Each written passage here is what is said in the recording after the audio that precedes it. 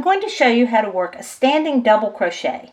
A standing double crochet is simply a double crochet worked in the air rather than from a loop that's connected to a previous stitch. It's a great way to start a new yarn and to avoid those ugly turning chains in certain situations, which I'll show you in a moment. To work a standing double crochet, begin with a slip knot on the hook. Now, I'm just going to do a double crochet. Here I have a piece of fabric already started. To work a double crochet, yarn over, insert my hook under both loops of the first stitch, yarn over, pull up a loop, and then yarn over and pull through two twice. There's my standing double crochet.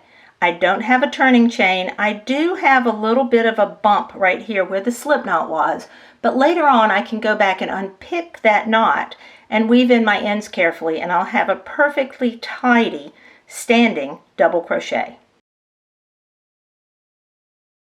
You can make a standing double crochet anytime you're joining a new yarn or starting a new color. Here I am ready to start a new color. A lot of patterns will tell you to join the new color on the last two loops of the old color, and then you would chain 3 and turn. The purpose of that turning chain is to get your hook up to the level of the next double crochet row. But because I'm starting with a new color or a new yarn, I don't need to have those connected in quite that way.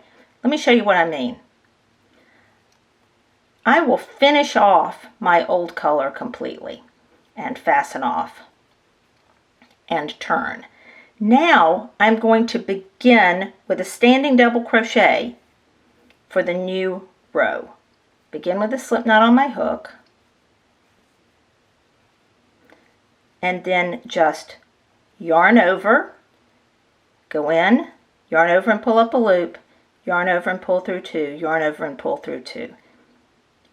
There's no chain involved, and that double crochet that you just made looks exactly like all the other double crochets.